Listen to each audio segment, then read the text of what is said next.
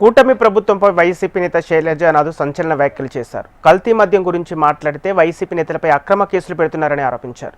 కూటమి పాలనలో టీడీపీ నేతలే అక్రమంగా బెల్ట్ షాపులు నిర్వహిస్తున్నారని విమర్శించారు.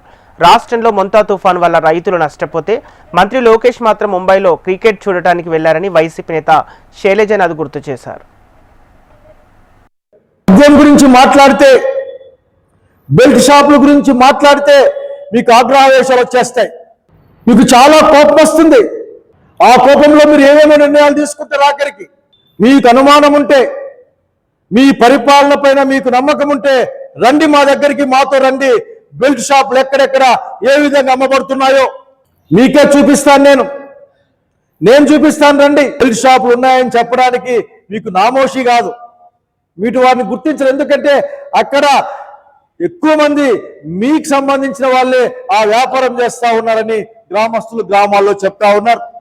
Belt shop